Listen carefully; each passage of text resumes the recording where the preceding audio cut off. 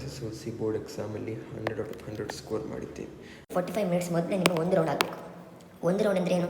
ಯಾವುದೆಲ್ಲ ಕ್ವಶನ್ ನಿಮಗೆ ಗೊತ್ತುಂಟು ಸರಿಯಾಗಿ ಅದನ್ನು ಒಂದು ಫುಲ್ ಒಂದು ಕ್ವಶನ್ ನಿಮ್ಗೆ ಗೊತ್ತಿಲ್ಲ, ಎಷ್ಟು ನಿಮ್ಗೆ ಗೊತ್ತುಂಟು ಆ ಟಾಪಿಕ್ ಬಗ್ಗೆ ಬರೀ ಏನು, ಯಾಕಂದರೆ maths. Hi hello SSLC champions, ನಾನು ನನ್ನ SSLC ಬೋರ್ಡ್ ಎಕ್ಸಾಮಲ್ಲಿ 100/100 ಸ್ಕೋರ್ ಮಾಡಿದ್ದೇನೆ. ನಾಳೆ ನಿಮ್ಮ ಮ್ಯಾಥ್ಸ್ ಎಕ್ಸಾಮ್.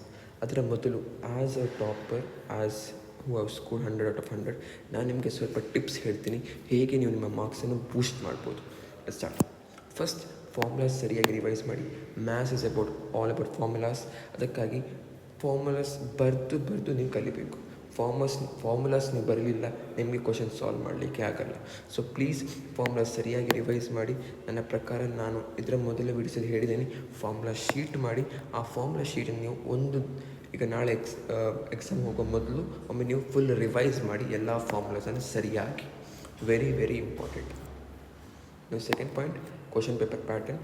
ನೀವು ಈಗಾಗಲೇ ಪ್ರಿಪರೇಟರಿ ಎಕ್ಸಾಮ್, ಈ ಎಕ್ಸಾಮ್ ಬರೆದು ಕ್ವಶನ್ ಪೇಪರ್ ಪ್ಯಾಟರ್ನ್ ನಿಮಗೆ ಗೊತ್ತಿರ್ಬೋದು. ಆದರೂ ನಿಮ್ಗೆ ಗೊತ್ತಿಲ್ಲ, ನೀವು ಹೋಗ್ಬೋದು ವೆಬ್ಸೈಟಿಗೆ KCEB, ಅಲ್ಲಿ ಅವರ ಮಾಡೆಲ್ ಕ್ವಶನ್ ಪೇಪರ್ ಕೊಟ್ಟಿದ್ದಾರೆ. ಅಲ್ಲಿ ಒಮ್ಮೆ ನೋಡಿ ಹೇಗೆ ಕ್ವಶನ್ಸ್ ಕೊಟ್ಟಿದ್ದಾರೆ, ಹೇಗೆ ಯಾವ ಮಾರ್ಕ್ಗೆ ಎಷ್ಟು ಕ್ವಶನ್ಸ್ ಬರ್ತಾ ಉಂಟು, ಅದು ನಿಮಗೆ ಸರಿಯಾಗಿ ಗೊತ್ತಿರಬೇಕು. ಥರ್ಡ್ ಪಾಯಿಂಟ್, ಟೈಮ್ ಮ್ಯಾನೇಜ್ಮೆಂಟ್ ತುಂಬ ಇಂಪಾರ್ಟೆಂಟ್.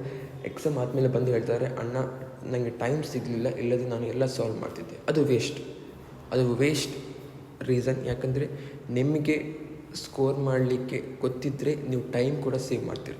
ಸೊ ಏನು ನೀವು ಟ್ರೈ ಮಾಡಬೇಕಂದ್ರೆ 30 to 45 ಮಿನಿಟ್ಸ್ ಮೊದಲೇ ನಿಮಗೆ ಒಂದು ರೌಂಡ್ ಆಗಬೇಕು. ಒಂದು ರೌಂಡ್ ಅಂದರೆ ಏನು? ಯಾವುದೆಲ್ಲ ಕ್ವಶನ್ ನಿಮಗೆ ಗೊತ್ತುಂಟು ಸರಿಯಾಗಿ ಅದನ್ನು ಒಂದು ಫುಲ್ ಬರೀರಿ. ಎಲ್ಲ ಫಸ್ಟಿಗೆ ಯಾವುದೆಲ್ಲ ಸರಿಯಾಗಿ ಗೊತ್ತುಂಟು ಬರೀರಿ. ಅದಾದಮೇಲೆ ಆ 30 to 45 ಮಿನಿಟ್ಸಲ್ಲಿ ನಿಮಗೆ ಯಾವ ಕ್ವಶನ್ ಸರಿಯಾಗಿ ಗೊತ್ತಿಲ್ಲ, ಸ್ವಲ್ಪ ಡೌಟ್ ಉಂಟು, ಅದನ್ನು ಅಟೆಂಪ್ಟ್ ಮಾಡಿ. ಎಲ್ಲ ಕ್ವಶನ್ಸ್ ನೀವು ಅಟೆಂಪ್ಟ್ ಮಾಡಬೇಕು. ಐ ಆಮ್ ರಿಪೀಟಿಂಗ್ ಅಗೇನ್, ಎಲ್ಲ ಕ್ವಶನ್ಸ್ ನೀವು ಅಟೆಂಪ್ಟ್ ಮಾಡಬೇಕು. ಮತ್ತು ಚೆಕಿಂಗ್ ತುಂಬ ಇಂಪಾರ್ಟೆಂಟ್. ಒಮ್ಮೆ ಬರ್ದಾದ್ಮೇಲೆ ಎಲ್ಲ ಕ್ವಶನ್ಸ್ ನೀವು ಸರಿಯಾಗಿ ಚೆಕ್ ಮಾಡಬೇಕು. Check as you are evaluating. ನೀವು ಒಬ್ಬ ಟೀಚರ್, ನೀವು ಮತ್ತೊಂದು ಸ್ಟೂಡೆಂಟ್ನ ಪೇಪರ್ ಚೆಕ್ ಮಾಡ್ತಿದ್ದೀರಾ, ಹಾಗೆ ನೀವು ಚೆಕ್ ಮಾಡಬೇಕು. ತುಂಬಾ ಇಂಪಾರ್ಟೆಂಟ್ ಚೆಕಿಂಗ್. ನಾವು ಫೋರ್ತ್, ಕ್ವಶನ್ ಸರಿಯಾಗಿ ಓದಿ. ಕ್ವಶನ್ಸ್ ನೀವು ಸರಿಯಾಗಿ ಓದಬೇಕು ಮ್ಯಾಥ್ಸಲ್ಲಿ. ಯಾಕಂದರೆ ಕೆಲವೊಮ್ಮೆ ನಾವು ಕ್ವಶನ್ಸ್ ಸರಿಯಾಗಿ ಓದ್ತೀವಿ, ಆದರೆ ಯಾವ ನಂಬರ್ಸ್ ಉಂಟು ಅಲ್ಲಿ ಕ್ವಶನ್ ಇರುವ ನಂಬರ್ಸನ್ನು ಕಾಪಿ ಮಾಡುವಾಗ ನಾವು ಆನ್ಸರ್ ಶೀಟಲ್ಲಿ ರಾಂಗ್ ಮಾಡ್ತೀವಿ. ಸೊ ಆಗ ನಮ್ಮ ಆನ್ಸರ್ ಕೂಡ ರಾಂಗ್ ಬರುತ್ತೆ. ಸೊ ಕ್ವಶನ್ಸನ್ನು 2 ಸಲ 3 ಸಲ ಸರಿಯಾಗಿ ಮೆಲ್ಲನೆ ಒಮ್ಮೆ ಓದಬೇಕು. ಮತ್ತು ನಂಬರ್ಸ್ ಸರಿಯಾಗಿ ಬರೀರಿ. ಆನ್ಸರ್ ಶೀಟಲ್ಲಿ ನಂಬರ್ಸ್ ಬರೆಯುವಾಗ ನೀವು ಸರಿಯಾಗಿ ಬರೀಬೇಕು, ಚೆಕ್ ಮಾಡಿ ಬರೀರಿ. ಓಕೆ, ನೀವು ಬರ್ದ ನಂಬರ್ ಸರಿ ಉಂಟಾ, ಆಗಲೇ ಒಮ್ಮೆ ಕ್ವಶನ್ ಸಾಲ್ವ್ ಮಾಡಿದ ಮೇಲೆ ನೀವು ಕ್ವಶನ್ಸಿದ್ದು ಯಾವ ಕ್ವಶನ್ಸಲ್ಲಿ ಇರ್ತಲ್ಲ ನಂಬರ್ಸ್, ಅದನ್ನು ಸರಿಯಾಗಿ ಬರೆದಿದ್ದೀರ ಅಂತ ಒಮ್ಮೆ ನೀವು ಚೆಕ್ ಮಾಡಬೇಕು. Fifth, MCQs. ನಿಮಗೆ ಗೊತ್ತಿಲ್ಲ, ಲಾಸ್ಟಿಗೆ ಮಾಡಿ. ಅದನ್ನು ಅರ್ಜೆಂಟ್ ಮಾಡಿಬಿಡಿ. ಗೊತ್ತಿಲ್ಲ, ನೀವು ಲಾಸ್ಟಿಗೆ ಯೋಚಿಸಿ ಬರೀರಿ. ಮತ್ತು ಬರೆಯುವಾಗ ಆಪ್ಷನ್ ಆ್ಯಂಡ್ ಆನ್ಸರ್ ಬರೀಬೇಕು. ಆಪ್ಷನ್ ಬರೀಲೇಬೇಕು ನೀವು. ಕ್ವಶನ್ಸನ್ನು ಆಪ್ಷನ್ಸ್ 2 ಸಲ ಓದಿ. ಇದನ್ನು ನಾನು ತುಂಬ ಸಲ ಹೇಳಿ ಆಗಿದೆ. ನಾವು 6 ಪಾಯಿಂಟ್, ಗ್ರಾಫ್ ಕ್ವಶನ್ ಬಂದೇ ಬರುತ್ತೆ, ಕನ್ಫರ್ಮ್ ಕ್ವಶನ್, ಅದೆಲ್ಲರಿಗೂ ಗೊತ್ತುಂಟು. ಸೊ ಅದನ್ನು ಸರಿಯಾಗಿ ಪ್ರಾಕ್ಟೀಸ್ ಮಾಡಿ. ಅಲ್ಲಿ ಯಾವ ಮಿಸ್ಟೇಕ್ ಆಗಬಾರ್ದು. ಸರಿಯಾಗಿ ಕ್ವಶನ್ಸ್ ನೋಡಿ, ಸ್ವಲ್ಪ ಕ್ವಶನ್ಸ್ ಇರೋದು, ಅದನ್ನು ಸರಿಯಾಗಿ ರಿವೈಸ್ ಮಾಡಿ ಹೋಗಿ. 7th, if you don't know the answer, what to do. ನಿಮಗೆ ಒಂದು ಆನ್ಸರ್ ಗೊತ್ತಿಲ್ಲ, ಏನು ಮಾಡಬೇಕಣ್ಣ? ಕ್ವಶನ್ ಬಿಡಬೇಕಾ? ಇಲ್ಲ, ಕ್ವಶನ್ಸ್ ಬಿಡಲಿಕ್ಕೇ ಇಲ್ಲ. ಒಂದು ಕ್ವಶನ್ ನಿಮ್ಗೆ ಗೊತ್ತಿಲ್ಲ, ಎಷ್ಟು ನಿಮ್ಗೆ ಗೊತ್ತುಂಟು ಆ ಟಾಪಿಕ್ ಬಗ್ಗೆ ಬರೀ ಏನು, ಯಾಕಂದರೆ ಮ್ಯಾಥ್ಸ್ ಅಲ್ಲಿ ಆನ್ಸರಿಗೆ ಆ್ಯಂಡ್ ಸ್ಟೆಪ್ಸಿಗೆ ಮಾರ್ಕ್ಸ್ ಉಂಟು. ನಿಮ್ಮ ಸ್ಟೆಪ್ಸ್ ನೀವು ಎಷ್ಟು ಬರ್ತಿದ್ದೀರಾ ಆ ಸ್ಟೆಪ್ಪಿಗೆ ಕೂಡ ಮಾರ್ಕ್ಸ್ ಸಿಗುತ್ತೆ. ಸೊ ನೀವೇನು ಮಾಡಬೇಕು, ಒಂದು ಕ್ವಶನ್ ಆನ್ಸರ್ ಗೊತ್ತಿಲ್ಲ, ಅದ್ರ ಎಷ್ಟು ನೀವು ಒಂದು ಫಾರ್ಮುಲಾ ಗೊತ್ತುಂಟು ಅದನ್ನು ಬರೀರಿ. ಎಷ್ಟು ಸ್ಟೆಪ್ ನೀವು ಬರೀರಿ, ಯಾಕಂದರೆ ಸ್ಟೆಪ್ಸಿಗೆ ಕೂಡ ಮಾರ್ಕ್ಸ್ ನಿಮಗೆ ಸಿಗುತ್ತೆ. ಓಕೆ, ನಾವು 8th point, extra questions attempt ಮಾಡಲೇಬೇಕು. ಯಾವ ಎಕ್ಸ್ಟ್ರಾ ಕ್ವಶನ್ಸ್? ಕೆಲವು ಎಕ್ಸ್ಟ್ರಾ ಕ್ವಶನ್ಸ್ ತುಂಬ ಲಾಂಗ್ ಇರುತ್ತೆ, ಅದನ್ನು ಮಾಡಲಿಕ್ಕೆ ಹೋಗಬೇಡಿ. ಆದರೆ ಈ ಶಾರ್ಟ್ ಇರೋ ಆನ್ಸರ್ಸ್ ನೀವು ಪ್ಲೀಸ್ ಅಟೆಂಡ್ ಮಾಡಿ. ಯಾಕಂದರೆ ಕೆಲವೊಮ್ಮೆ ದೇ ಕ್ಯಾನ್ ಚೇಂಜ್ ಎವ್ರಿಥಿಂಗ್. ಯಾಕಂದರೆ ಕೆಲವೊಮ್ಮೆ ಏನಾಗುತ್ತೆ ಅಂದರೆ ನೀವು ಬರೆಯುವ ಆನ್ಸರ್ಸ್ ಏನಿದೆ ಅದು ಕೆಲವೊಮ್ಮೆ ರಾಂಗ್ ಆಗುತ್ತೆ, ನಿಮ್ಗೆ ಗೊತ್ತಿರಲ್ಲ ನೀವು ರಾಂಗ್ ಬರ್ತೀರಾ ಅಂತ.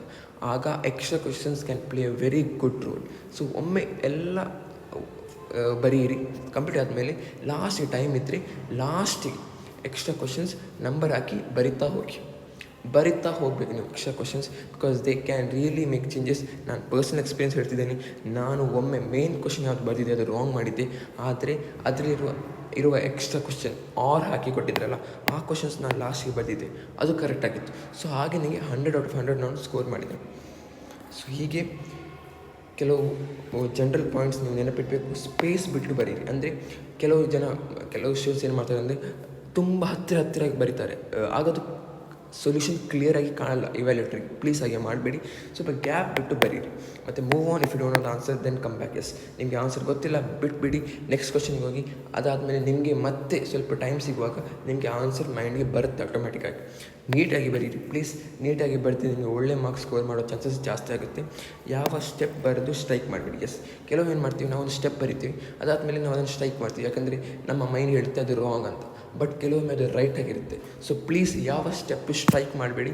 ಅದು ಇವ್ಯಾಲ್ಯೂಟರ್ ಕೆಲಸ, ಯಾವುದು ರಾಂಗ್ ಯಾವುದು ಸರಿ ಅಂತ ನೋಡಲಿಕ್ಕೆ. ಮತ್ತು ಯಾವುದೇ ಟೆನ್ಷನ್ ತೆಗಿಬೇಡಿ.